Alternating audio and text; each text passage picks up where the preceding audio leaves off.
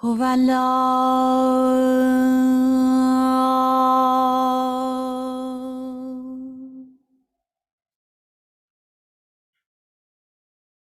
ای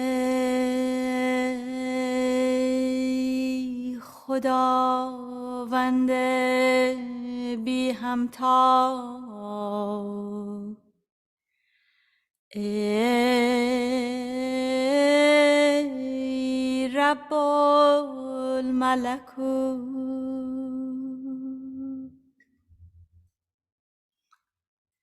این نفوس سپاه آسمانی تواند، امداد فرما و به جنود ملأ اعلا نصرت کن.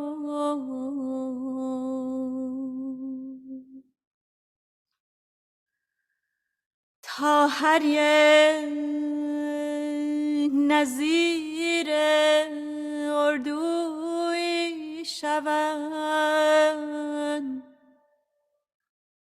و آن ممالک را به محبت الله و نورانیت تعالیم الهی فتح کنند.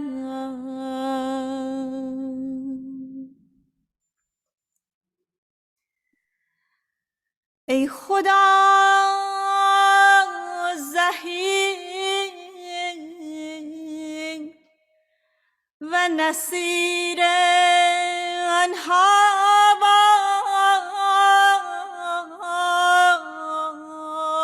باش و در بیابان و کوه و دره و جنگل ها و دریاها و صحراها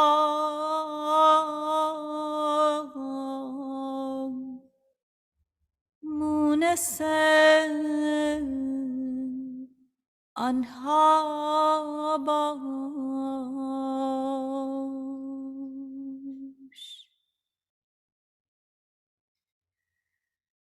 تا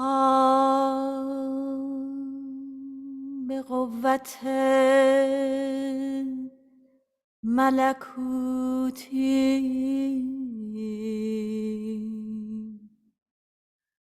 و نفسات روح القدس فریاد زنم.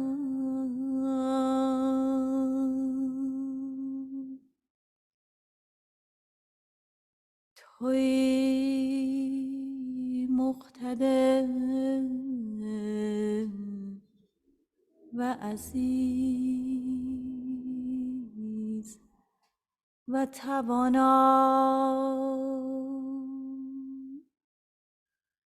و تویی دانا و شنوا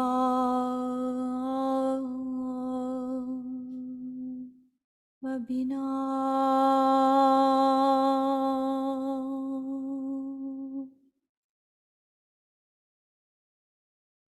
عبدالبها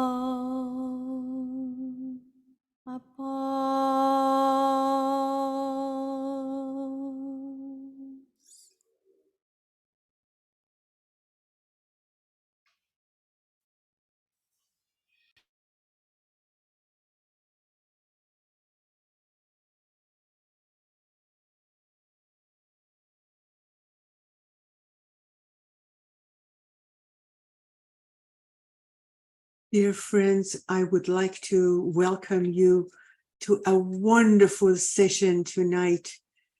It is my honor to introduce Dr. Vickers, and I will be very brief because I would like to leave more time for him to take care of the talk. As you know, that this talk is a has a very special subject, which is 100 years of seeing both the wood and the trees. Dr. Stephen Vickers is a qualified company secretary and a former awarding body CEO. He is one of the 2 UK-based Transnational Education Experts for ENIC UK. He is also the chair of the International Tree Foundation, founded in 1922 as Men of the Trees. He holds an MA in International Economics and a Ph.D. in International Fisheries Law. I would like to welcome you, Steve. I know it is in the middle of the night for you. You're joining us from England. We really appreciate you being here tonight. And I'm wondering if I can offer a very short passage by Abdul Baha before you start, Steve. And the honor and distinction of the individual consists in this, that he, among all the world's multitudes, should become a source of social good. Is any larger bounty conceivable than this, that an individual looking within himself should find that by the confirming grace of God, he has become the cause of peace and well-being, of happiness and advantage to his fellow men? No, by the one true God, there is no greater bliss, no more complete delight. Thank you, Steve, for joining us. Please. Thank you very much indeed.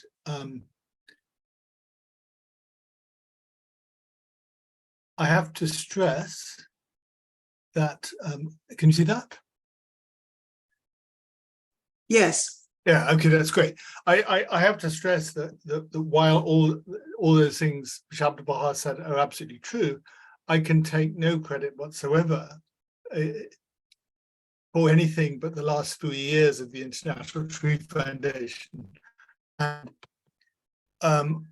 I'm really notoriously slow-witted. I'm not trained in zoology or botany. I've dabbled in fisheries law, as Firuz has kindly said. I've made my living through examinations. None of this is a preparation for knowing about trees. So how come I'm chair of ITF Trustees? I've got a lifelong interest in wildlife. I've been a trustee of quite a few charities. And of course, I've always known about the ITF, as all of you have. You at least you know about the Men of the Trees because of the story of Richardson and Barbe Baker. And I think the only quality that I brought to being the chair of this institution is just being tolerably good-natured, so that nobody argues anymore.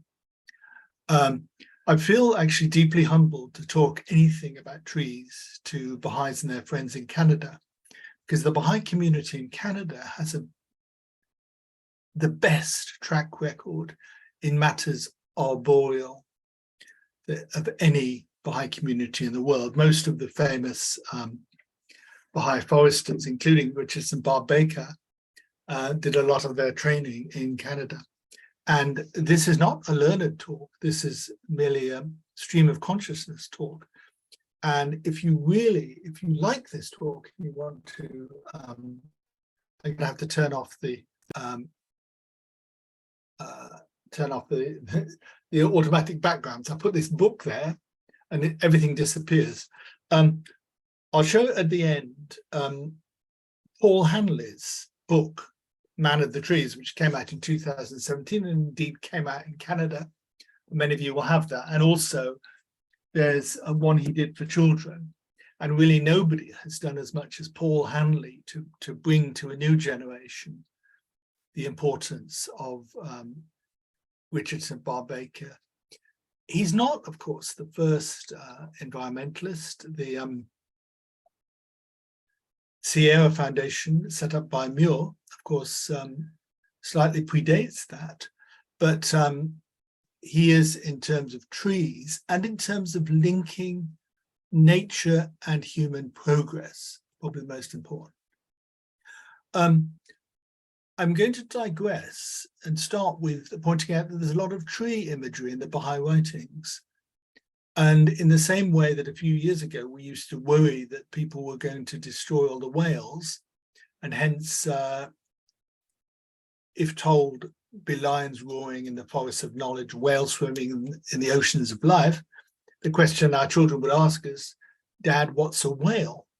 But luckily, the welfare of whales is turning up somewhat. There's also lots of tree imagery in the Baha'i writings. And there were even, of course, whole towns in Ontario named after trees, like Oakville itself, of course. You are the fruits of one tree and the leaves of one branch. The tree, in this sense, is used as something that gives us all life and makes us all related. Make me a brilliant lamp, a shining star, and a blessed tree, adorned with fruit, its branches overshadowing all these regions. In Abdu'l-Baha's tablet to the Baha'is of the Central States, fruit, outcomes, branches overshadowing, having an element of both protection and value across a wide area. The word of God may be likened unto a sapling whose roots have been implanted in the hearts of men.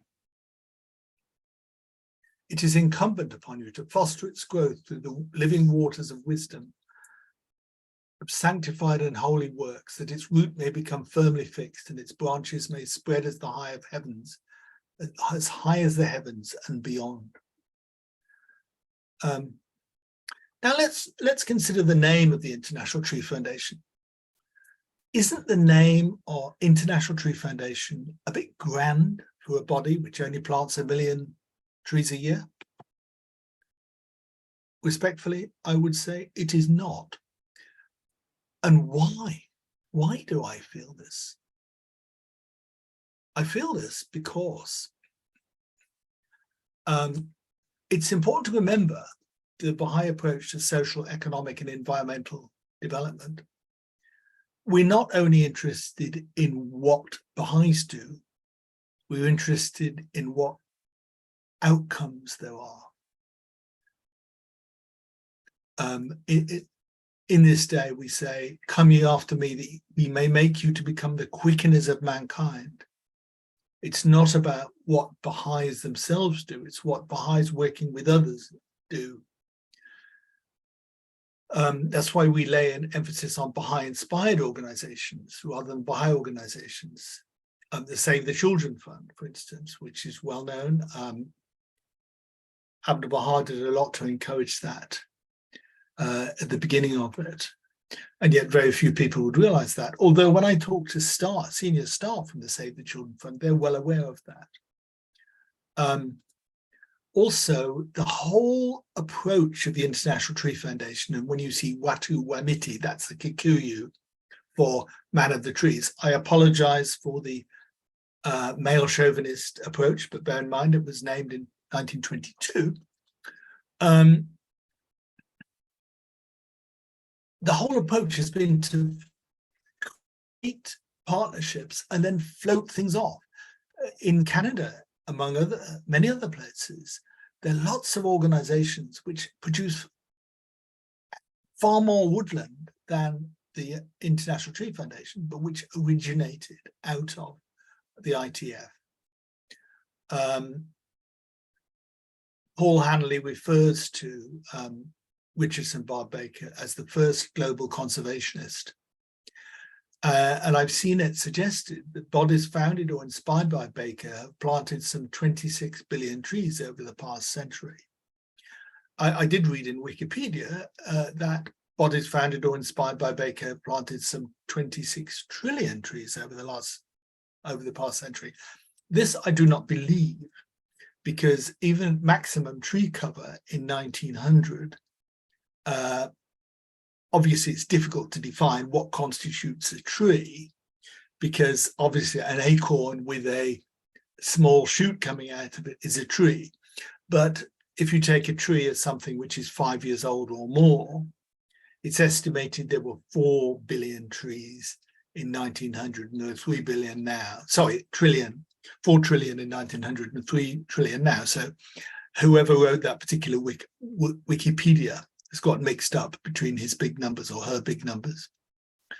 The ITF is still amazingly influential.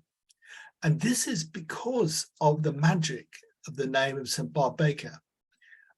His idea of agroforestry, his idea of working in partnerships and so on, went out for about 30 years. And when it came back, he's now flavor of the month again, and has been for maybe 10 years. My friend Ricardo Romero, Global Cocoa Sustainability manager for Mars, Europe and Middle East, refers to the ITF as a £1 million organization with £100 million reputation. And in a way, it's what the ITF has given away, which is more impressive than what it has, what it does at the moment. The ITF properly has two founders, and one of the things I've tried to do on my chairmanship is to bring the descendants of Josiah and the Jonjo back into Watu Wamiti.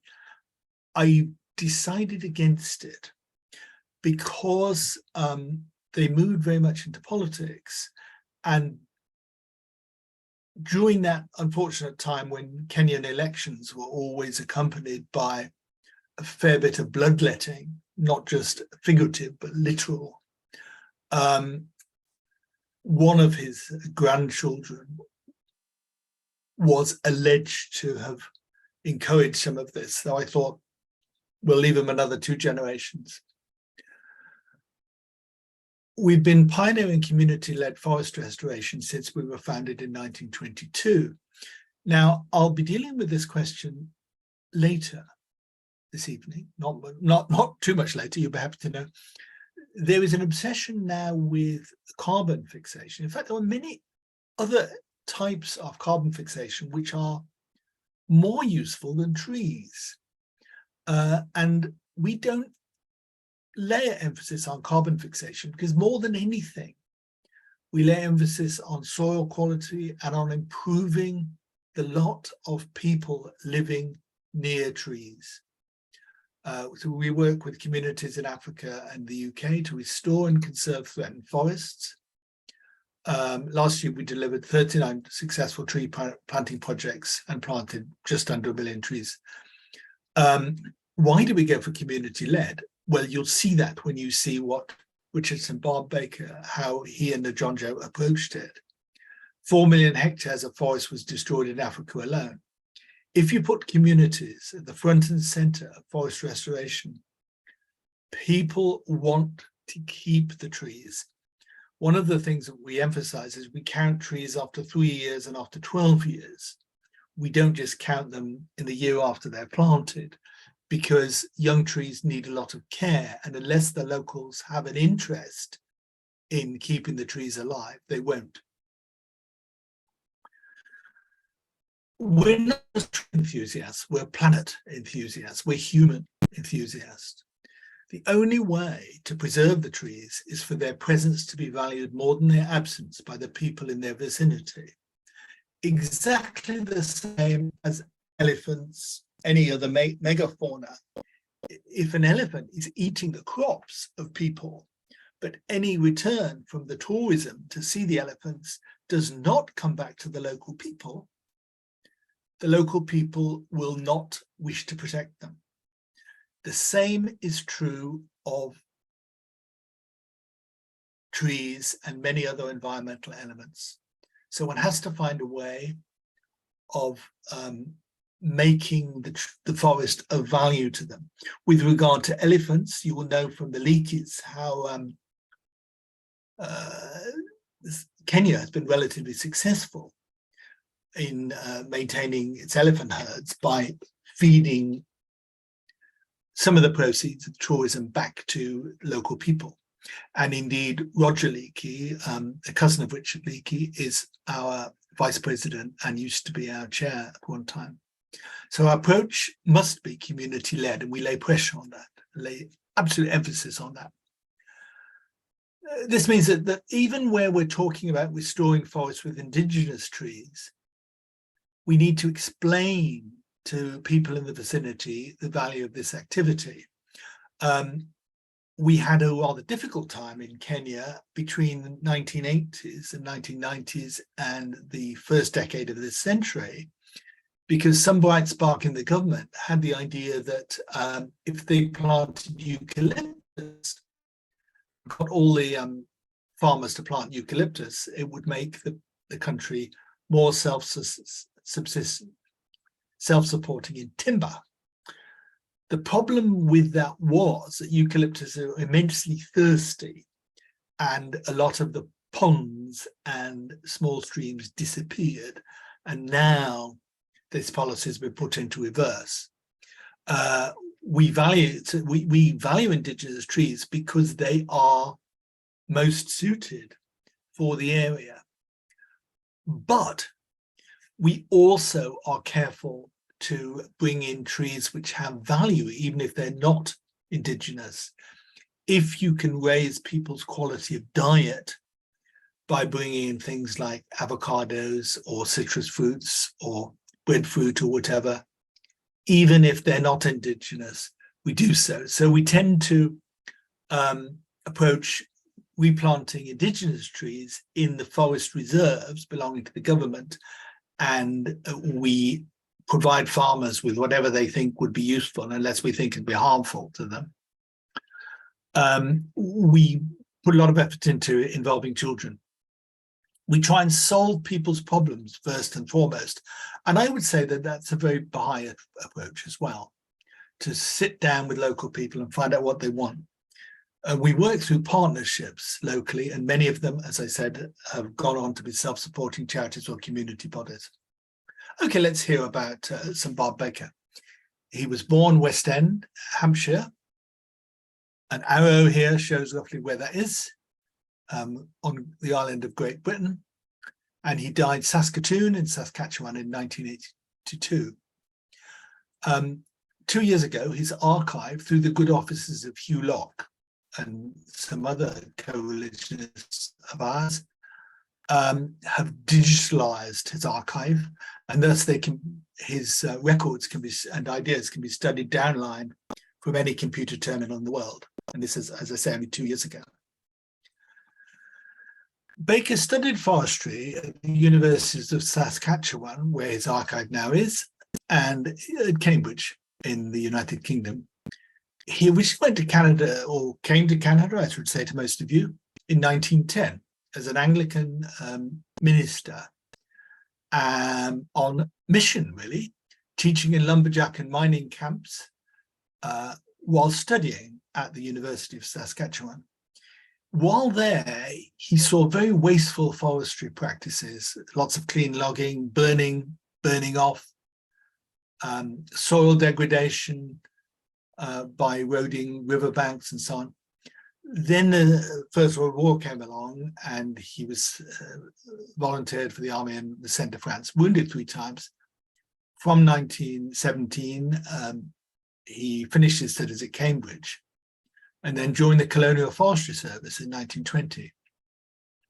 He became embroiled in disagreements with his superiors because there was a view the forests of Kenya were ways of making the colonial government self-supporting, i.e. You sell off as much wood as possible, add value to as much wood as possible, and therefore the British government doesn't have to pay much to keep Kenya in the empire. His line was that they were the assets of local people, but that ownership would require stewardship. His district in northern Kenya was troubled by resentment between pastoralists and the Kikuyu. Now, the Kikuyu were slash and burn agriculturists. That's fine when there's not many of you, but of course we've had a very, very large increase in population in Kenya, maybe from 4 or 5, 6 million in 1900 to nigh on 80 million now. I think it's 63 million or something. And they called them forest destroyers. And Baker consulted the local paramount chief, who was Njonjo. And he said, the way we get people to discuss anything is we hold a grand dance and competition. And he suggested that they have a dance of the trees. And they gave prizes for the best dancers. I know that some of the prizes were bulls, prize bulls. I don't know what they all were. And they appointed the 50 best male dancers as men of the trees. They also had women's dancers as well, but they didn't become women of the trees. And they created strategies for forest restoration, which have to an extent held sway ever since. I'll give you one of those in a bit. And he started various tree nurseries. I have just a few photographs from the Dance of the Trees. Here's one. Here's another. Actually had 3,000 dancers come from all over northern Kenya. Notice the this photograph is on a rather scrappy bit of paper. And here's the back of the scrappy bit of paper. This is some Barbe Baker's own typing here. The first Dance of the Trees, explaining what happened, and each member made a solemn promise to do one good deed each day, plant 10 trees or seedlings or seeds each year, and take care of trees everywhere. Now, as those of you who've seen this before know, I made a real pig's ear of trying to show this video last time, largely because I don't speak Kikuyu, and neither did anybody else there. So I'm just going to explain. If you see this gentleman here, one thing that I wanted to do when I first became chair was to try to connect with history and to find people who were close to the early men of the trees. It was obvious that I was not going to find alive anyone who was 100 or so, or very unlikely. If they were adult at the time of the Dance of the Trees, they'd have to be at least 160 and 117 years old. But James Mathia, we found, whose father had been a founding man of the trees. And in this video, he explains how they replaced the slash and burn areas when the Kikuyu found forest soil exhausted and moved on. What some Barbe Baker encouraged them to do was not to plant, but to plant bananas. They planted bananas, but they did not harvest them because bananas will grow fairly easily on a wide variety of soils, providing it's not too slushy, not too wet.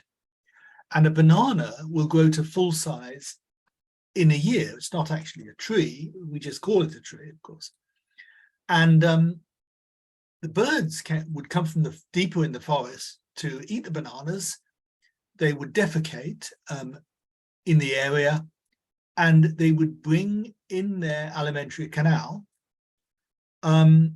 seeds of native trees from more deeply in the forest, and therefore the tree cover would be restored with appropriate trees, which I think is fantastic. And to some extent, it's still done. Alimentary, my dear Watson. Okay, St. Barbe Baker and the Baha'i Faith. St. Barbe first encountered the teachings of Baha'u'llah from Claudius Stewart Coles in 1924 at a religious conference that he went to as a Christian missionary. He found his ideas of the interplay of nature and humanity were confirmed. He was immediately drawn to Baha'u'llah's teachings about oneness and the interconnectedness of all life. And he said the beauty of the translations from the Persian drew him to it. And he declared his faith in Baha'u'llah that year, 1924. In 1929, he was going to the Holy Land to establish a branch of Men of the Trees, and he asked the Guardian if he could go to Haifa to visit Baha'i sacred sites. He drove in there, and the Guardian was actually standing outside and instantly gave him an envelope containing an astonishing amount of money and said, I'm so pleased with everything you're doing. I would like to be the first life member of the Men of the Trees. And according to Paul, Barbe Baker said that this meeting was the most significant moment in his life. Shoghi Effendi, of course, had a lot of demands on his time, but this was something that really appealed to him. And for 12 consecutive years, he would send a message to World Forestry Charter gatherings up until the war, really. And he would always support St. Barbe's initiatives. St. Barbe Baker spent his whole life up until 1982 when he died, working in many different countries. He went to see Franklin Delano Roosevelt about the redwoods. He knew personally lots of leaders. When I moved into chair of the ITF, we were a little financially embarrassed. And the institutions which kept us going more than any institutions really was the Prince's Trust. The current King Charles, and then Prince Charles, and his father and his grandfather were all people who had met St. Barbe Baker and were on first name terms with him. And it's quite helpful to have someone that can give you £150,000 just like that when you're a bit short, you know. He passed away, still fighting for trees and teaching the Baha'i Faith in 1982. And there we are. Now, I just want to pick out one big thing. In 1948, he published his book, Sahara Conquest. There's a large number of trees, books by St. Barbe Baker you can still pick up on eBay and so on. The idea of Sahara Conquest was that his view was that the prevalence of the goat was something which, together with the Roman tributes imposed on the southern littoral of the Mediterranean Sea, requiring oil and wheat and so on to be provided year after year after year, had helped turn a tolerably rich agricultural area into an extension of the Sahara Desert. And his view was that the Sahara was continuing to blow southwards, and the only way to stop it would be to produce a 50-mile shelter belt. And he tried to raise the money to do that, but he didn't get enough support. However, there is now the Great Green Wall Initiative built upon his ideas, and I would like to pay tribute to the government of France here, which is funding it, and to the governments of 13, I think it is, countries which are helping build this Great Green Wall. The country other than France which has got the farthest with it of these countries is Senegal. They have really gone for it in a big way. Djibouti a bit as well, but of course it was, when they started it was a French colony, so the French gave it a woomph. So it's got a long way to go, but in theory, all these countries should be building their bit of the wall at the same time. But of course, Sudan, Chad, Niger, Mali, even Burkina Faso to a small amount have all been plagued by religious wars and so on. But still, this idea, launched in 1948, is finally happening. Now, if you want to look at some Barbe Baker's ideas at their best application, Google Smallholder Farmers Alliance, Haiti. I am utterly and completely in awe of what they have achieved. You will know, Canadians among you will know, that Haiti is the poorest country in the Western Hemisphere. You will know that 2 years ago, the president of Haiti was assassinated, and that basically gangsters have taken over the capital, Port-au-Prince. You will know that the Security Council had a motion introduced into it that there should be a UN peacekeeping force in Haiti, but that 2 countries vetoed this, and so this isn't going to happen. So basically, the main port is in control of the gangsters. Almost all tree cover, traditional tree cover, everywhere but where the Smallholders Farmers Alliance is working, has been burnt off. People cut it down, turn it into charcoal and sell it in the market for a fuel. What the Smallholder Farmers Alliance has done, it started a co-op. And initially, if a farming family joined the co-op, and they basically started from the border with the Dominican Republic, as far away from Port-au-Prince as they could. If they wanted to join the co-op and they didn't have any money, in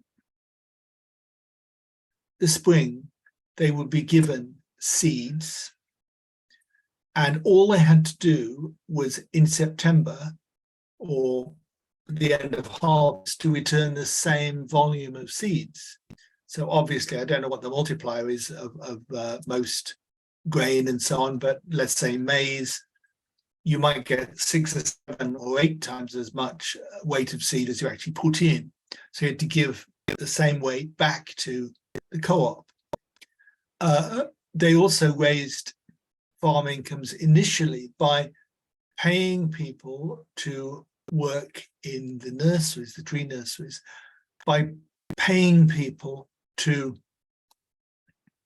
plant trees on a scale not before seen. Whole watersheds replanted by 1,000 people, 2,000 people, 3,000 people.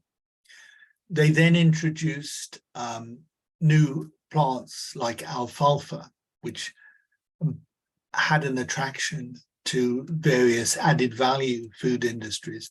They've recently attracted cotton, and they've made a deal with Timberland to produce a Haitian cotton, unbleached cotton, sports shoe.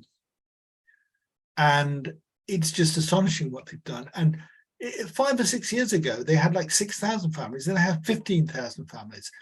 And these 15,000 families, generally, their income, those who've been in it 10 or 12 years, their income is twice what it was. Their diet is much better. And the children go to school because schools are not free in Haiti. And the gangsters don't mess with the co-op. They mess with everybody else. But the co-op doesn't need to threaten them because they could see that they would be vastly outnumbered if they tried to attack the co-op, so they don't. It's astonishing. Just watch some of the videos from Smallholders Farmers Alliance and you will be astonished, utterly astonished by what people of principle can achieve. So what do we do now? Wamiti still operates in a number of East African countries. We're aiming to increase the number of trees that we grow ourselves up to 20 million to improve the livelihood of 50,000 households. Kenya only has 7% tree cover now. Of course, a lot of it's savanna anyway, but there was still much more than that at one time. We still use this name for our Kenya program. And one of the great things that we emphasize is that we are not a neo-colonial organization. We were founded by a Kenyan and a British Canadian, and to be founded by a Black African and a white colonialist at the time in 1922 is itself rather wonderful. Now we've come back to working more in the UK as well. It used to be in Richardson Barbe Baker's day that there were branches of bend of the trees up and down the country, and in Ireland as well, and in many other countries. And indeed, we still have quite a lot of old members, particularly old Baha'i members who support us. But subsequent boards had moved away from working in the UK at all. I think we concentrate on Africa. Well, that was all very good and wholly admirable. But the trouble was that since we were not visible in the UK anymore, it was hard to get regular donors on whom we depend, apart from the kindness of now His Majesty, when they didn't see us. But now we've started working with children, training them in agriculture, training them in trees. We're working with vulnerable people, people who come out of mental hospitals or had nervous breakdowns or something, feel a comfort often with working with trees, and we work with community groups, whatever their motivation. And some community partners we have are concerned all the time. Let's take this CO2 out of OX2, low carbon Oxford North. I live just north of the city of Oxford, not Oxford, Mississippi, Oxford, United Kingdom, and North Oxford, our zip code, if you like, our postcode is OX2. And let's take the CO2 out of OX2. So low carbon North Oxford, we work with them, but there were many other community groups who are interested in other things than carbon fixation. For me, I'm a bit disappointed that people's understanding of the environment has shrunk to the single issue of rising temperatures and associated changes in climate. It's important, and it's particularly important if you're an island species, because on large continents, species can move north or south depending on how the heat raises or falls. On an island, you can't do that. If you're an iguana that lives only in Hamid's garden in Trinidad, then if it gets hotter and you would normally move north, you can't do that because there's a sea to the north. And unless you can swim to, I don't know, St. Vincent and the Grenadines or wherever it is, you die out. So I'm not saying that carbon fixation is not very, very important. And we've all seen what rising temperatures produced by human beings can do. But we're interested, there's many, many things that advantages that trees have. Why do I stress this? Because companies are always saying to us, we'd like to give you some money to plant trees. What's the cheapest you can plant a tree for?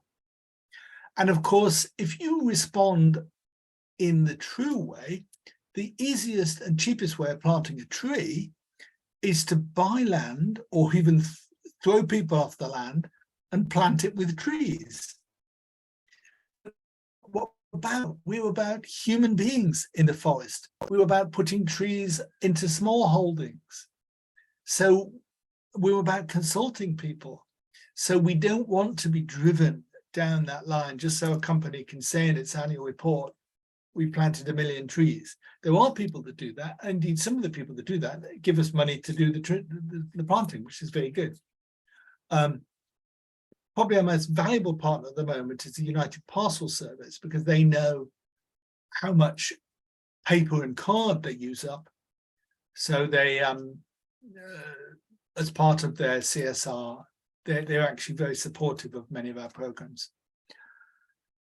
But there's, of course, lots more environmental problems, from tree destruction, loss of species, soil degradation, pollution, soil runoff, loss of clean water supplies, flooding, depletion of fish, mollusk stocks.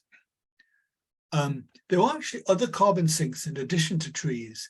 Kelp per unit of land is probably 10 times as good a carbon sink as most species of trees.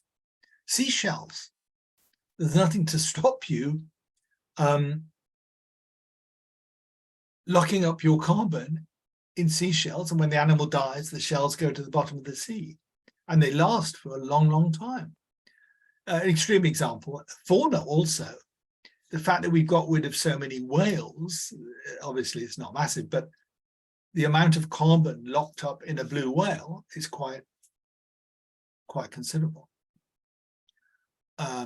Marshlands, peat and tundra are very, very good at fixing carbon.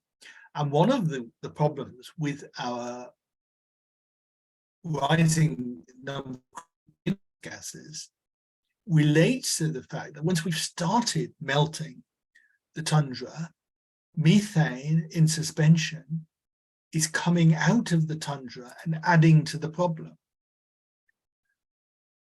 So let's not reduce trees just to purveyors of environmental services. They do that, but they're actually rather wonderful. The largest characters in the dramatic web of life: giant sequoia, 4 times the weight of an adult blue whale. Bristlecone pine, the oldest known character on Earth, 5,067 years old. Of course, old trees as well can support masses and masses of species. And funny enough, I asked you what use is knowledge of about sea fish to trees. Those of you who are familiar with the west of Canada will know that the bears, by taking the salmon out of the rivers and dragging them off into the forest to eat them, are actually moving fish DNA, probably created by prawns from way out in the ocean, eaten by the salmon, into the trees. So there is a relationship there. But a single 35,000-ton fungus in Oregon measures 3.7 square miles, and it actually provides nutrients to an immense range of life. Enriching the soil, modifying the climate, rich habitats for all kinds of animals. And respect for trees, they will pay you back, even in the interesting animals and birds you see. Don't respect them, you degrade the environment, you waste soils, imperil wildlife. I'm going to show you, trees are very, we've all seen monkey puzzle trees. We have to remember that a couple of 200 million years ago, there were hundreds of species of monkey puzzles. The only ones left now are high up in the Andes. And the reason they're so tall is because they were in a kind of arms race with long-necked dinosaurs, Argentinosaurus and so on. And those Argentinosaurus didn't climb the Andes. It's that these trees have been moved up into the high Andes by earthquakes and things like that. And they're the only remainders of what was once a massive genus. and we know this because we found Argentinosaurus bones with fossilized seeds of related species to the monkey possum.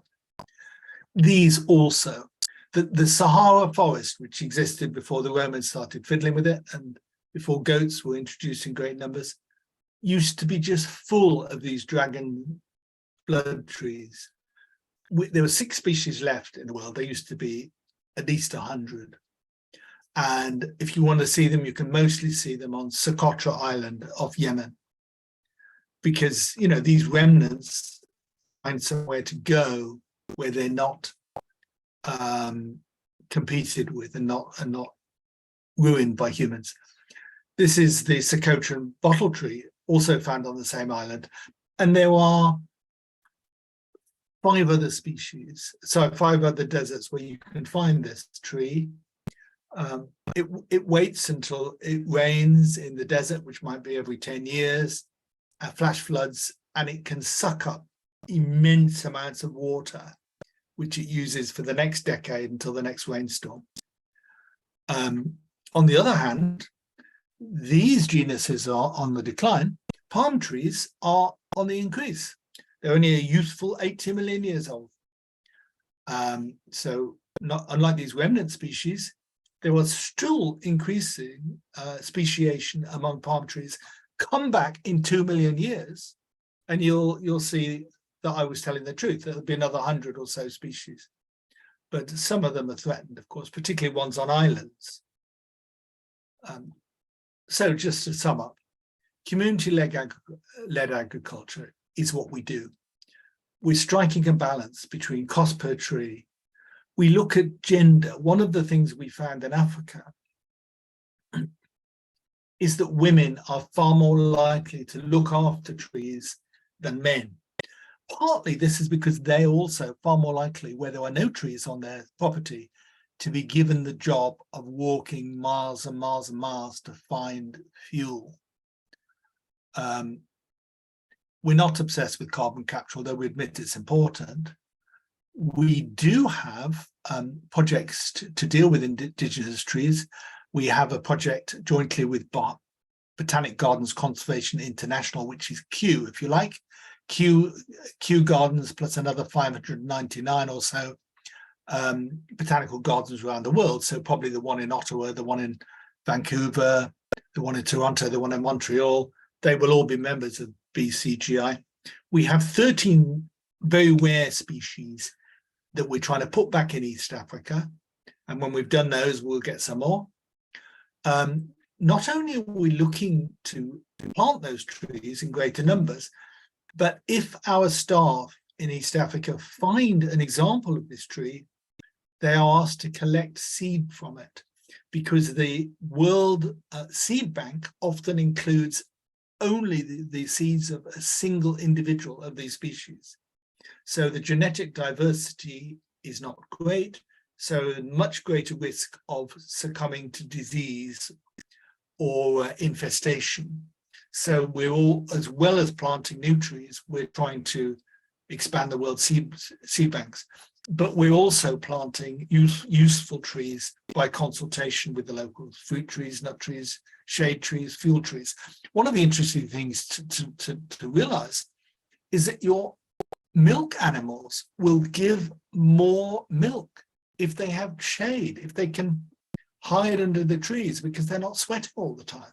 So they will apply more water to the creation of milk. And I'm just going to finish by giving you a quick tour around some of our projects. Sam Pearce, he stresses that our projects are owned by the communities, giving local people a say over the design and providing a real and lasting connection between people and the project, so they look after the trees. And we know it's a success when the groups continue to do things, mulching days, watering sessions, after we've left, but we still maintain links with them. Our last Africa manager, she's just left and gone to a very, very well-paid job on a world basis of trees, she again stresses empowerment. And these are some slides that she gave me about Watu Wamiti. Why Kenya? One of the least forested countries in East Africa. And animals, overgrazing is a problem. Unsustainable farming in the forest. Forest fires. Illegal charcoal burning. I've already mentioned that in relation to Haiti. Forest degradation, and when you get forest degradation, then of course you get flash floods. Soil erosion. You get a combination of flooding when you don't want it, and water scarcity when you want it, because it doesn't soak up anywhere. The trees normally would release water and even create a local climate. You've seen this in the Holy Land, of course, with large numbers of trees. This doesn't happen when there's no tree cover. Short scarcity of fuel wood. This is one reason we plant some very fast-growing trees, is to stop women having to move long distances. Bear in mind, even Abdu'l-Baha used to water his own trees, of course. These are just showing which project areas in Kenya we're working, but we're working in many other African countries as well. Our key approaches, this is the last bit of it, a participatory approach, even involving the army, whoever. Building capacity. We invite people to come and look at our tree nurseries and to work in our tree nurseries and work out why we provide a mix of species. We establish tree nurseries. Forest layering, so you can actually plant some things under the shade of other things. Partnership. I've mentioned BGCI, there's many others, the Kenya Forest Service, etc. Social inclusion. We stress that people's ideas, we will try to meet what they collectively decide, and we stress that everybody's opinion is worthwhile. And that's one reason that we feel that many of our programs have helped women.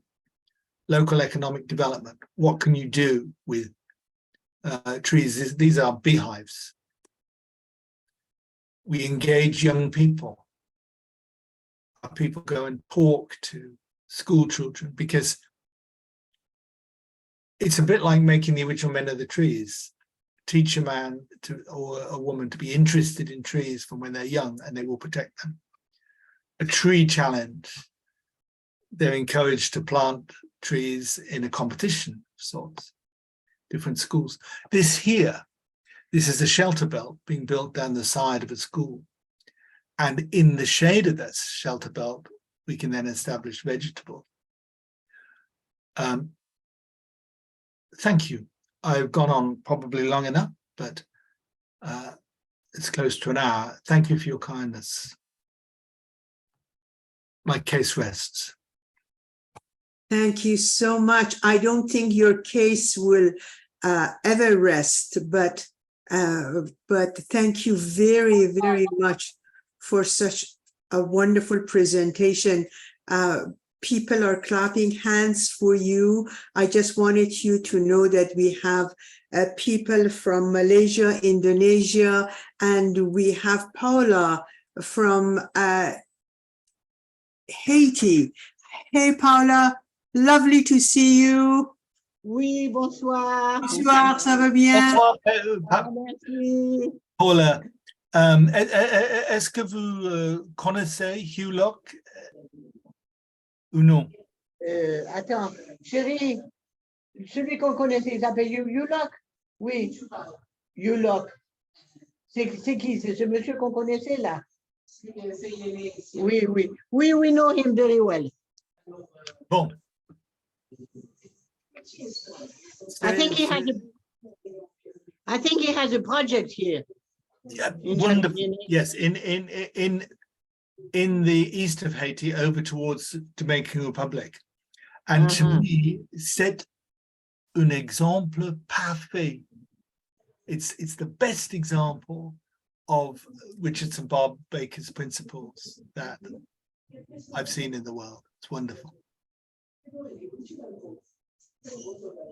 We don't see him very much. We don't see him very much.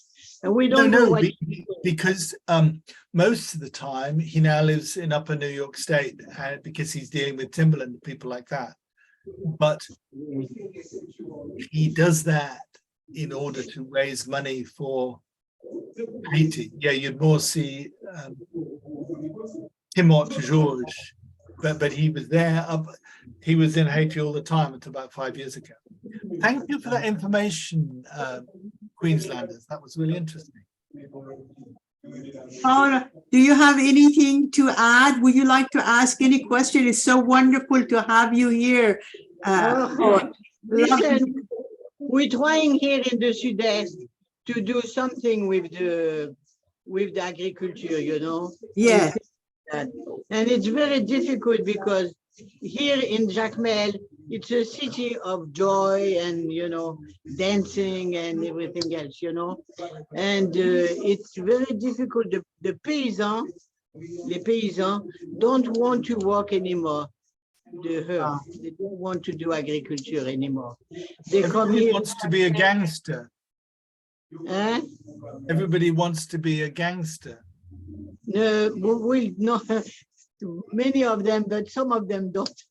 They buy moto and then they drive, you know, they do the business with moto and they have no pleasure to, I'm trying to make them, here on my terrace, I've planted a lot of things and I bring them here and I show them the pleasure of planting, you know, of seeing the nature grow up and be beautiful, but it's a short time pleasure for them, you know. It's not and we are planting less and less here in Haiti, and we are buying a lot here in Saint-Domingue. We're buying everything from Saint-Domingo, which is very expensive, you know, and we plant less and less here in Jacmel. Enfin, in Haiti, we're losing all the banana. We lost a lot of fruits already that we don't see anymore. We lost a lot of things, you know, in the agriculture. Lost a lot of things.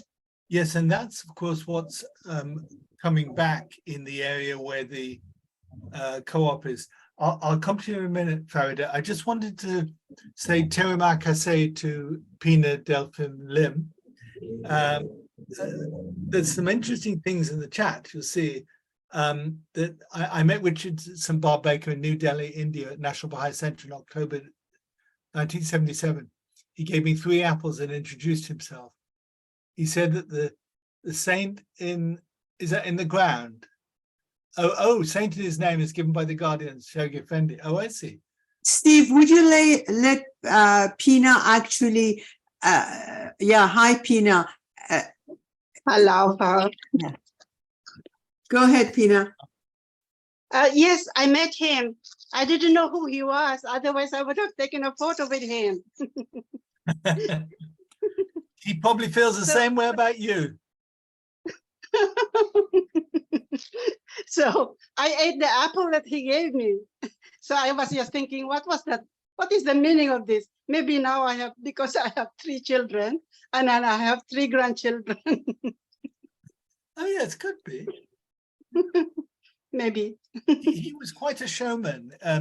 When he did the green wall thing, I'm coming to you, Fred, in just 1 minute. Thanks. When he did the Great Green Wall, he encouraged people to come to the centre of London and each give him a peach stone.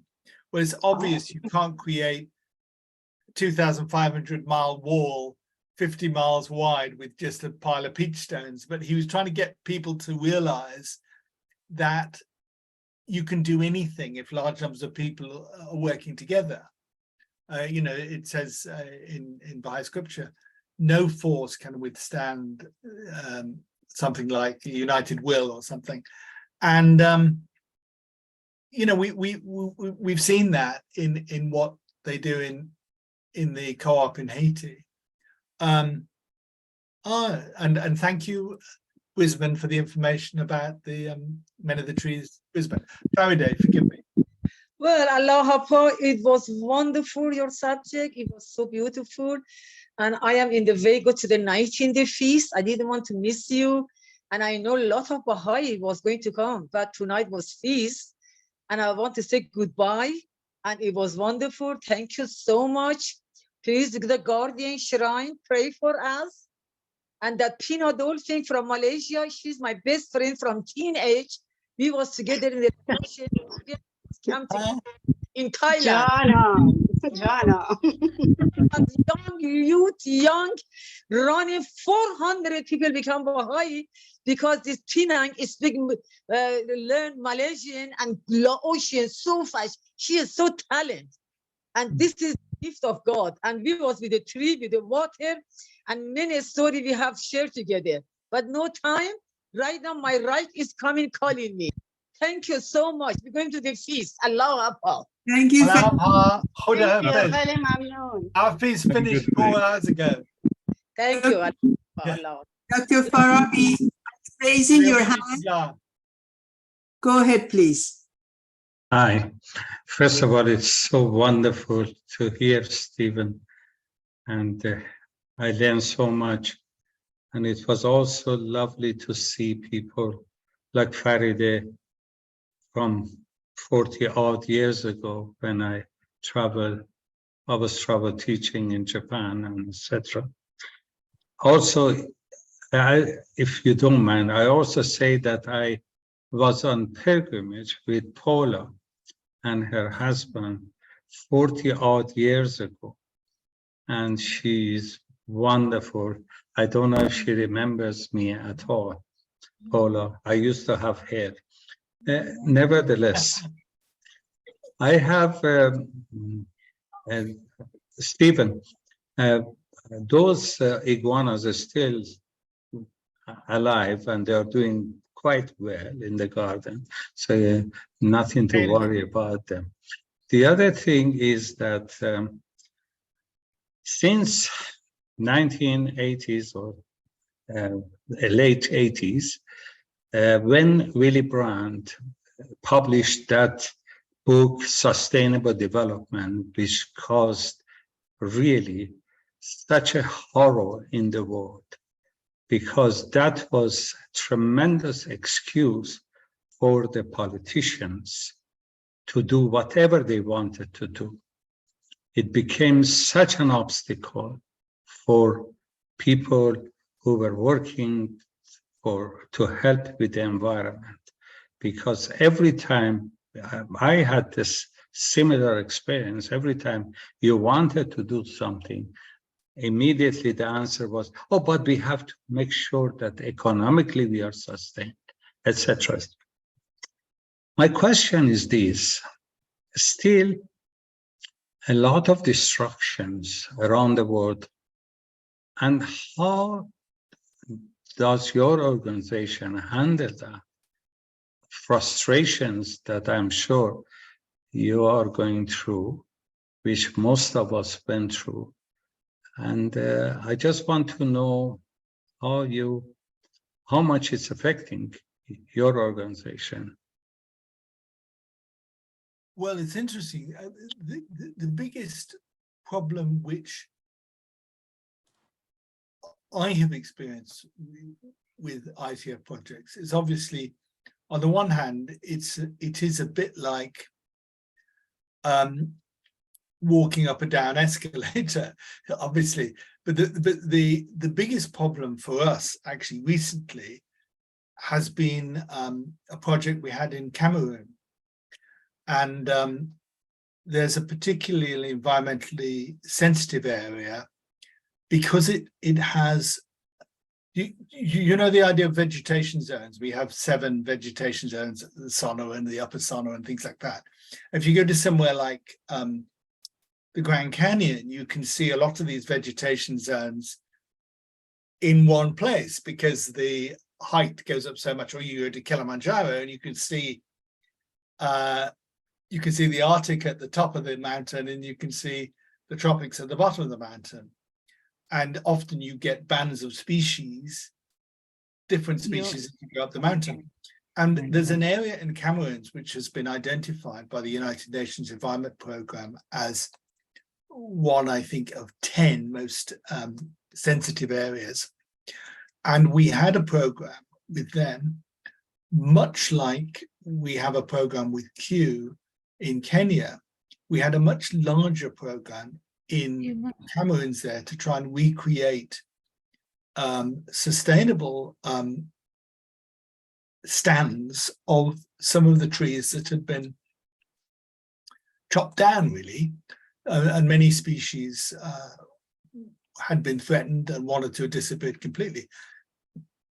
And we were funded in that by the British government's overseas aid system. Once the civil war started in Cameroon, or you might say a rebellion started in Cameroons, like all good rebels, of course, the rebels decided that the best place to hide would be in the mountains.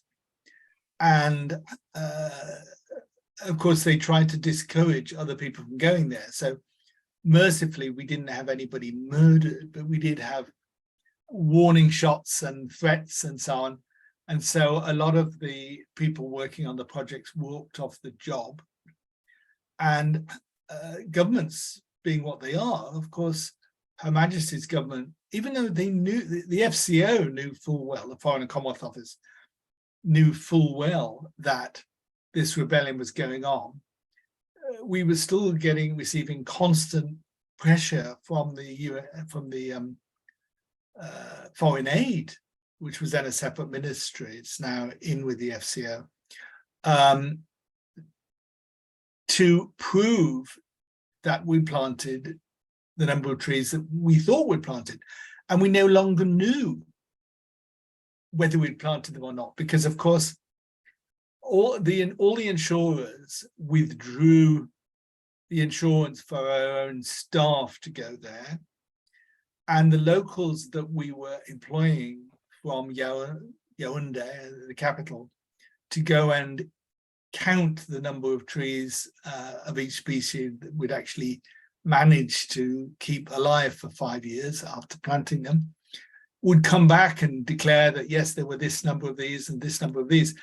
But because we had no way of knowing whether they were telling the truth or not, because they also had a kind of vested interest in claiming they'd done this really complicated evaluation, which they may not have done, because we didn't have any opportunity for evaluation by anybody who did not have links with the rebels. But so that's been our biggest problem. And that is a problem, as I said, for the whole Great Green Wall Initiative. We're not involved in that Great Green Wall Initiative because the amount of money required is something to make the province of governments. I mean, obviously, very large companies like Apple or something could probably buy it for breakfast, but for us, we can't. But that's been our biggest problem, the evaluation. And we're very, very keen on demonstrating that we're doing something correctly and honestly. That's, of course, very, very important, because in many countries, corruption is endemic, and we are not going to be part of that. But to have something funded by a Western government where we honestly, not only could we not prove what we'd done, but we didn't even know what we thought we'd done, because we weren't sure we could trust the people that were ostensibly checking up for us. That's been more serious for us than anything else. But another thing is that until we started not counting trees until they were 3 years old and 5 years old and 12 years old, we had problems where people would plant trees and then almost instantly get rid of them and plant some more. So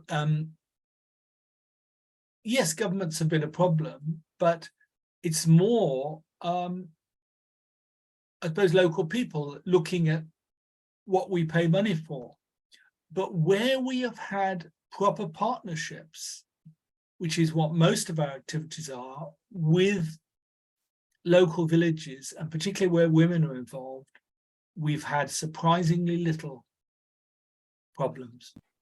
We do have to keep central government sweet, but actually a lot of these people have never really been asked what they think needs doing. And as many of Baha'i-inspired activities have found in many other countries, when you start asking people who've never been asked before what they need, it's amazing how honest and helpful they can be.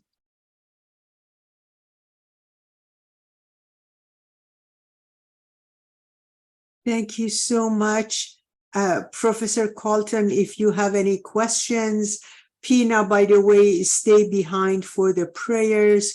Friends, Mr. Mitchell, Ron, do you have any question? If you have a question, please go ahead. Oh, I think it was fantastic. We both really enjoyed the presentation from Dr. Stephen Vickers. We have an interest in, it's still called Men of the Trees here in Australia, in Queensland, and we have a slight affiliation with the president of Men of the Trees in Queensland. He's our local councillor. But after seeing this presentation today, we're going to become more engaged. We are so inspired by what we learnt today. We'll sign up as members. Well, I'm really impressed by the fact that you use the expression "men of the trees." In a way, I would have preferred us to stay people of the trees, but of course, I wasn't chair until 3 years ago, and I think in a way, International Tree Foundation sounds a bit distant, doesn't it?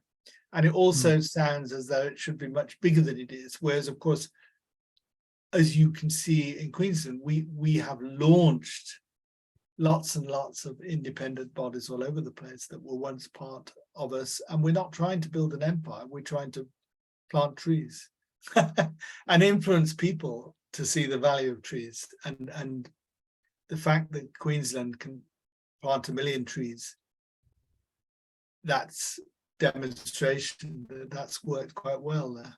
Thank you. Thank you. Well, thank you. I thought your presentation is absolutely fantastic, and the slideshow is brilliant, because I have researched on that. We actually put together a slideshow last year for the 100th anniversary, and we had it as a Baha'i fireside, and we got to know the great work of the founder. But I'm an agricultural scientist by profession, so I have a professional interest in Well, trees. if you want those slides, just can I take your email, because your local Men of the Trees might be interested in what we're doing here. He would be for sure. Yeah, I'll put in the chat before. Yes, you did. Yeah, so I'll send them to you. Yeah. You'll see that I've just clean logged my virtual background, and this is because I wanted to show you Paul Hanley's books. That's the one for the kids, Child of the Trees. Where can we get this from? Is that on Amazon or any places that we can get? Okay, where you get it in Australia, I don't know. The cheapest place to get it in Canada is from the University of Regina Press. Okay. Thank you. $34.95 Canadian dollars, loonies, and $28.95 US dollars. Not a problem. If it's a Baha'i community, you buy a box of 28. Yeah. You can get a massive discount. So that's what we do. We obviously, it costs us a lot of money getting them from Canada, but the Canadians are going to find it very easy to get a box of those. It probably costs $12 or something to mail it anywhere in Canada, I guess. And to me, it's a wonderful book. Yeah. Paul is now pioneering in Hawaii. Oh, good. Thank you. Yeah.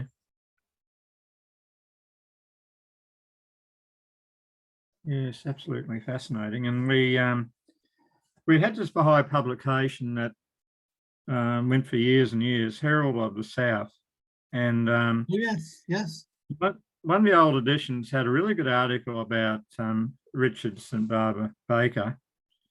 And we actually gave that edition to a local councillor, Steve Toomey. And he wasn't quite sure actually of the connection of the Baha'i faith. He knows we're Baha'is with Men of the Trees, but he soon was educated about it. So he was so grateful to receive that original publication of the article. But he said, What year would that be? What year would that be, Ron? I think it was in the 90s. Yeah, they don't publish it anymore for some reason, but yeah, I had only one and I handed it to him. I took a photocopy of them because I knew I won't get it anymore. They won't be published anymore. I took a photocopy for my own use, but I gave him the book and he said, can I take a photocopy of that? I said, no, I'm giving you the book. He said, oh, I got to take it to the council. We will be very proud to have this as our collection. So that was actually, it was very different thing about it. It was also about progressive revelation in that, and they could all learn about the faith, not just the San Bahama, but also it was great opportunity for him to have all this knowledge. And yeah. Well, I think it was about 1995 or something like that. Yeah. Yeah. There's I think it would be 2017, probably when Paul's book came out. The Baha'i World News Service sent out many pages of information about Richards and Barbe Baker. And Yes. it's still available on Baha'i Library online and things like that. And it was quite astonishing to me to find how respected he is. Quite a number of the staff respect the faith only because they respect Richards and Barbe Baker. So they respect the faith, and even those who know nothing about it. Some of them have learned a lot about it, particularly from starting with reading Paul's book and then moving on. But some of them just, they have such a respect for the guy and the idea of seeing humans in nature, humans and nature working together, that they automatically respect his religion. I think so. It probably had some effect on King Charles as well. Oh, for sure. For sure. He has been monumentally supportive, and he's been supportive of the faith so far as he can be as well. Quite remarkably so. But he also, when he was a student at Cambridge, he knew some of the local Baha'is then, which is some time ago now. I think he probably graduated about 1970 or something. Yeah, that's interesting. We were fascinated to see that a Baha'i led the procession for the coronation. Yes. Yes. We did it here too. So at our local cathedral. They asked me procession. to, one of them came to me, he said, quietly, he said, he introduced himself and he said, I'm Gary so-and-so, and I said, I'm Ferdows. He said, you are Mrs. Mitchell from Baha'i community? I said, yes. He said, so we follow very quietly because there were quite few people up there. He said, we try to follow the tradition of England. Would you follow the choir? I said, of course I would.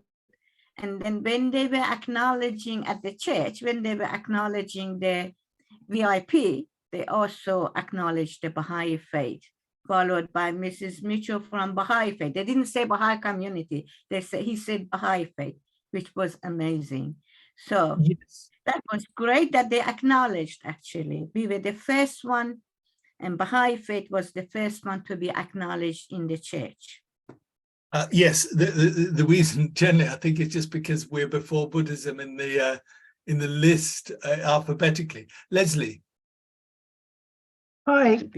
One of the ideas that struck me in reading that lovely book about Richard St. Barbe Baker was that if we took all the warriors at war in the world and put them to work planting trees in Sahara in Africa, that we could recuperate as much territory as Australia or something like that.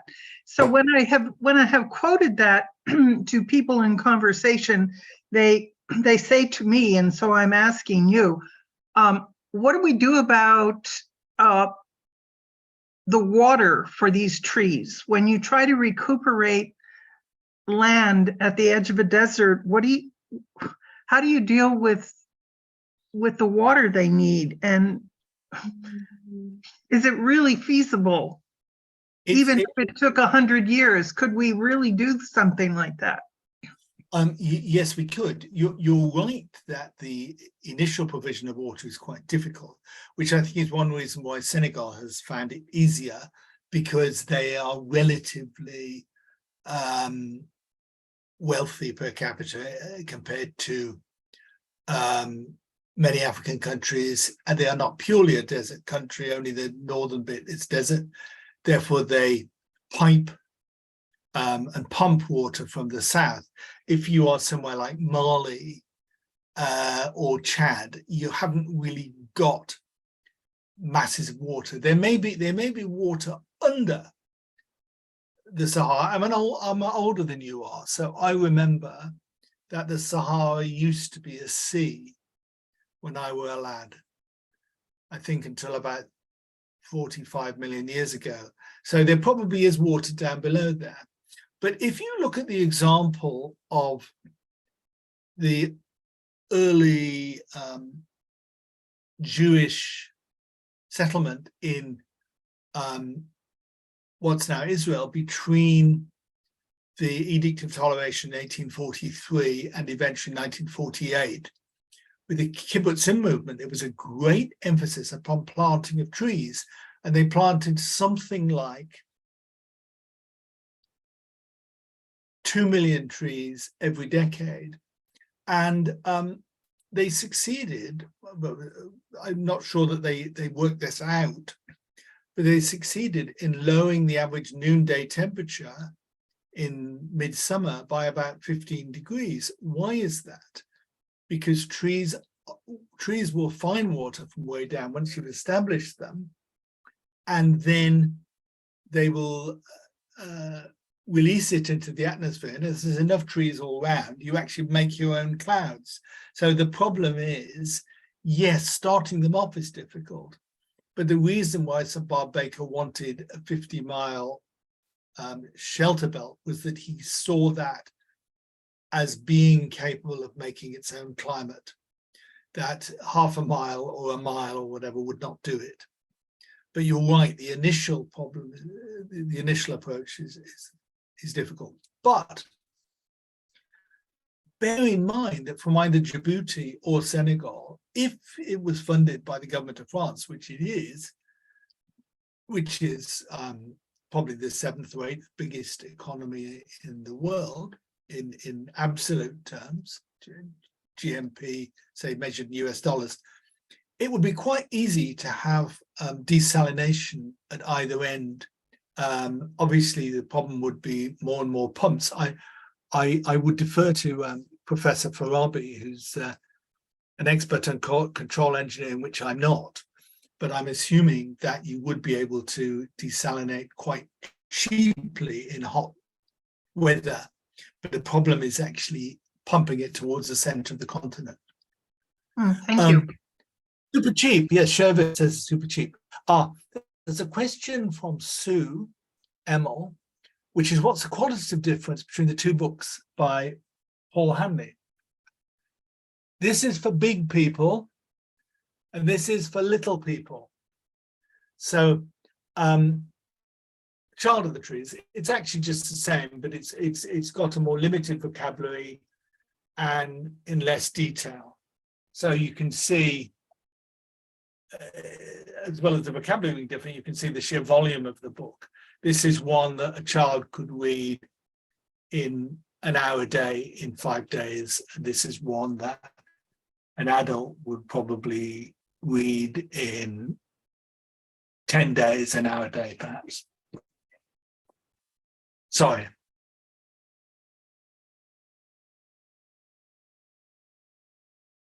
I think Sue is thanking you, Steve. I think she is. I'm grateful. Steve, there are, I'm sure you can see that because your co-host, Shervin, is raising some concerns about desalination cost. Would you like to address that? We usually have a devotional at the end of our fireside. If we get a chance to do it, that would be wonderful. If not, you can answer the questions. But I'm not raising a concern. I'm saying it's super cheap. I'm saying it's less than 1 cent per gallon, and I shared the link. So I'm agreeing with what Steve is saying. oh, Shervin, how wonderful that once in a blue moon you raised your voice, and now I heard and I know who you are. Thank you for joining us, Shervin. Come next week. Lovely to hear your voice. Go ahead, Stephen. Thank you, Shervin. I'll pay you the bribe later. and the point is, desalination is easier in hot climates than it is in cold climates. And any industrial process, I refer you again to Professor Farabi on this one, has immense economies of scale. And seawater is one of the commodities which we do have a good supply of, although we're doing our best to wreck it. There's so much of it that it's quite difficult to wreck it completely. I think we should move on to the devotional. But thank you, Sharon. Stephen, thank you so very much for accepting to be with us. It must be about 2 o'clock in the morning for you. Is that true? No, it's still 17 minutes to. Please don't worry about that in the slightest. How wonderful. I wasn't going to be doing anything anyway. How wonderful. We are very grateful. I just wanted to let everyone know that we have asked Stephen to join us in September. He is going to discuss one of the very, very important tablets of Baha'u'llah. Stephen, I hope you haven't forgotten your promise to me. I never forget a promise to you, ma'am. Good.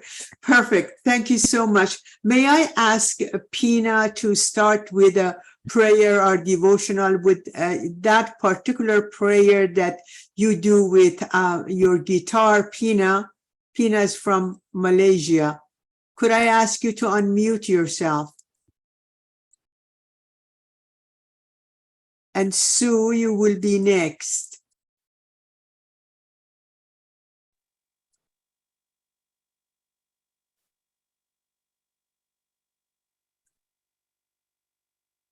Pina, we can't hear you. Pina, we can't hear you.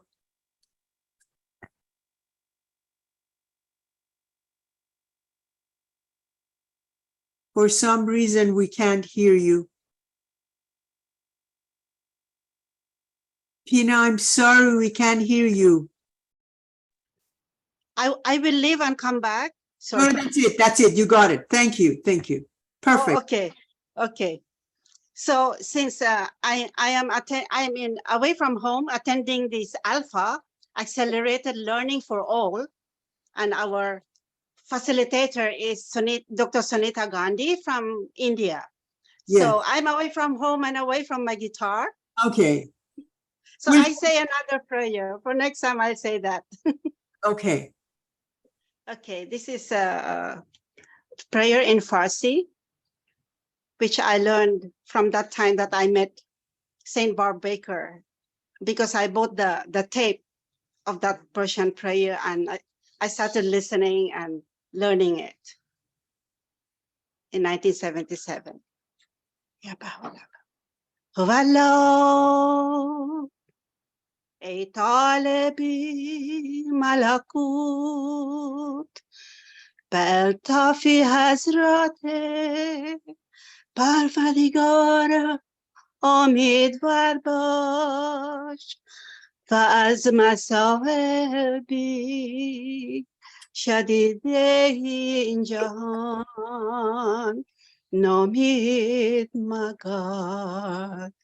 الحمدلله خدایی مهربان داره، کتابی هر بیمار است و کامکاری هر مبتلا. پناهیت من است و معین بی کسان و به نهایت مهربان. اگر بدانی قلب عبدالبها چقدر مهربان است، البته شدت فرح و سرور پرواش نمایی و فریاد و حتبا بیهوشی اسمان رسانی وللایک والبها والعفا. ای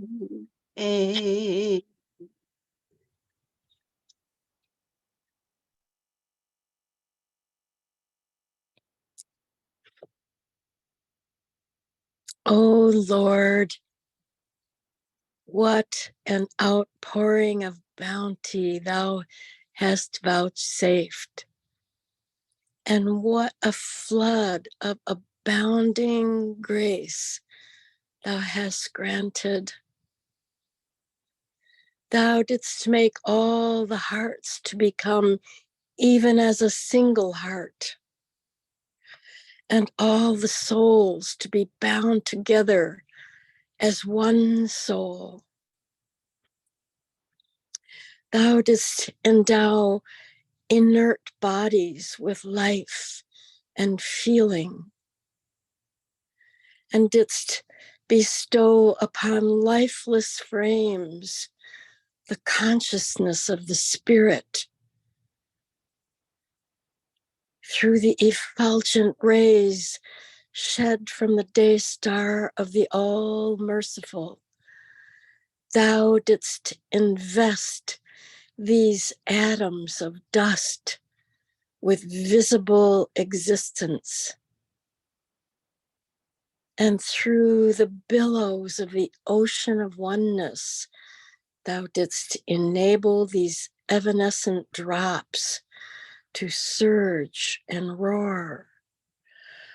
O Almighty One, who endowest a blade of straw with the might of a mountain, and enablest a speck of dust to mirror forth the glory of the resplendent sun, grant us thy tender grace and favor, so that we may arise to serve thy cause and not be shamefaced before the peoples of the earth.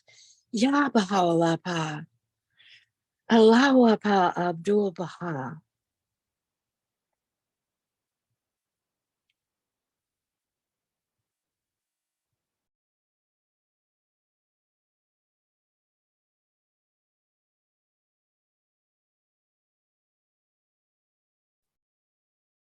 Paul, would you be willing to say a French prayer, Mr. Perriman? Yes. Okay, thank you very much, Paul.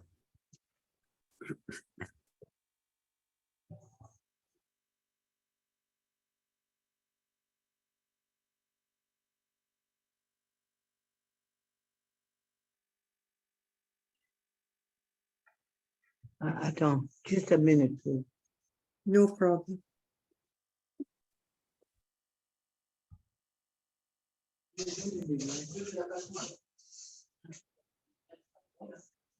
Mr. Perimal, are you there? Yeah.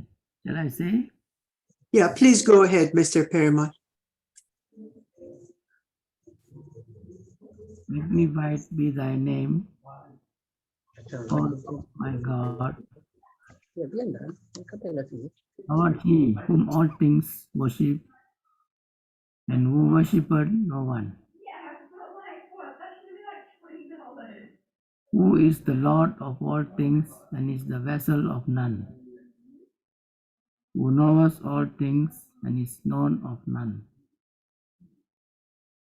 Thou dost wish to make thyself known unto man. Therefore thou dost, through a word of thy mouth, bring creation into being and fashion the universe.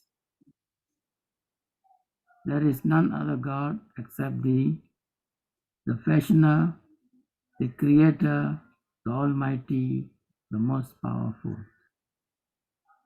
I implore thee by this very word that has shone forth above the horizon of thy will, to enable me to drink deep of the living waters, to which thou hast purified the hearts of thy chosen ones, and quicken the souls of them that love thee, that I may at all time and under all conditions turn my face wholly towards thee. Thou art the God of power, of glory and bounty.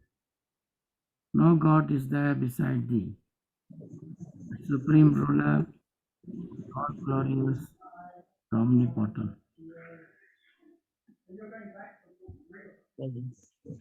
Mon Dieu, humble, suppliant, la face contre terre, je t'implore de toute l'ardeur de ma prière, de pardonner à tous ceux qui m'ont fait du mal, d'absoudre tous ceux qui ont conspiré contre moi et m'ont offensé, et d'effacer les méfaits de ceux qui ont perpétré l'injustice envers moi. Accorde-leur tes généreux présents, donne-leur la joie, soulage-les de leur chagrin, dispense-leur la paix et la prospérité, donne-leur ta félicité et répands sur eux ta munificence. Tu es le puissant, le bienveillant, celui qui secourt dans le péril, celui qui subsiste par lui-même. Abdul Baha.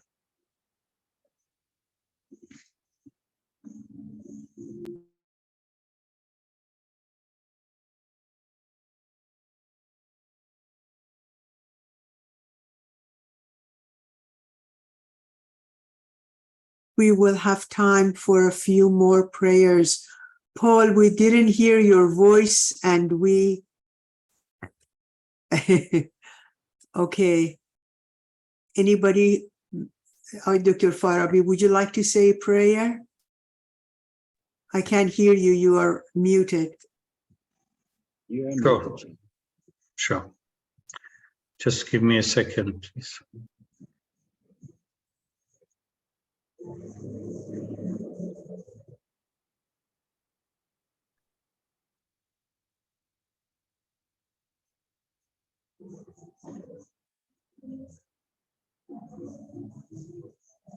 All praise, O my God, be to thee, who art the source of all glory and majesty, of greatness and honor, of sovereignty and dominion, of loftiness and grace, of awe and power. Whomsoever thou willest, thou causest to draw nigh unto the most great ocean. And on whomsoever thou desirest, thou conferrest the honor of recognizing thy most ancient name.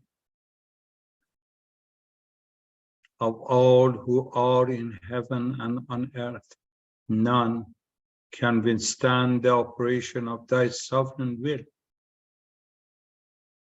From all eternity, thou didst rule the entire creation, and thou wilt continue forevermore to exercise thy dominion over all created things. There is none other God but thee, the Almighty, the most exalted, the all-powerful, the all-wise. Illumine, O Lord, the faces of thy servants, that they may behold thee, and cleanse their hearts, that they may turn unto the court of thy heavenly favors, and recognize him who is the manifestation of thyself, and the dayspring of thine essence. Verily, thou art the Lord of all worlds. There is none, no God but thee, the unconstrained, the all subdued. Say it loud.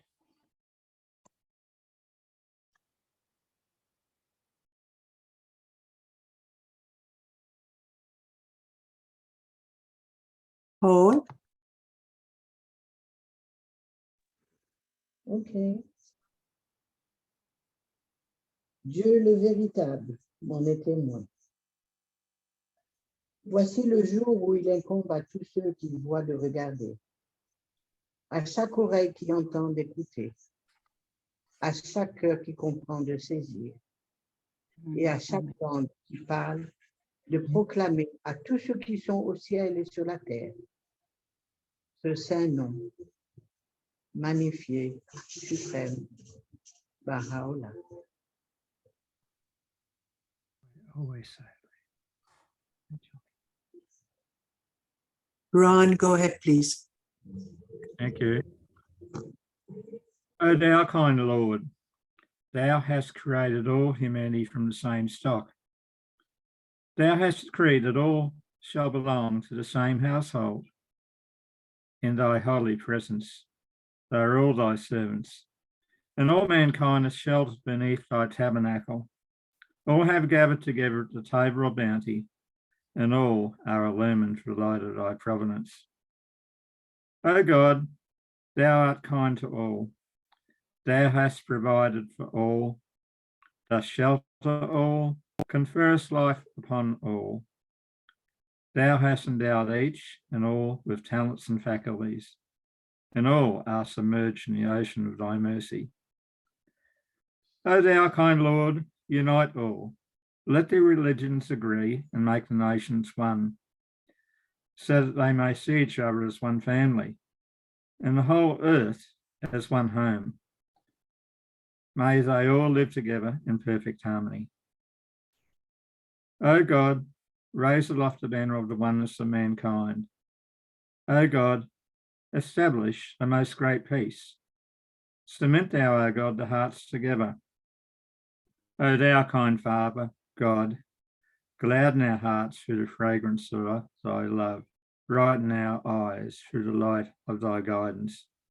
Delight our ears with the melody of thy word, and shelter us all in the stronghold of thy providence. Thou art the mighty and powerful. Thou art the forgiving, and thou art the one who overlooketh the shortcomings of all mankind. Abdul-Baha.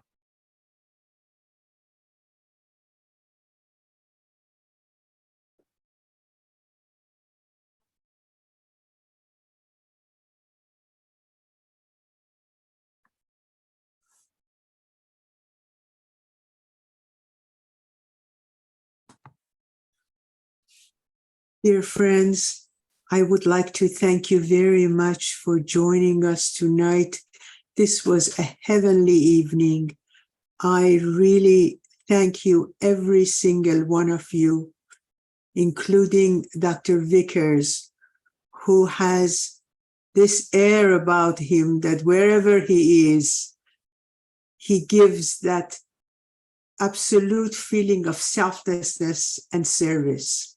I'm grateful to you, Steve. Thank you for being here. Pina, thank you for taking time out of this busy institute process that you're dealing with. Dr. Hessam, thank you for being here. John, thank you. Thank you. I don't know how to spell your last name. Thank you. Thank you.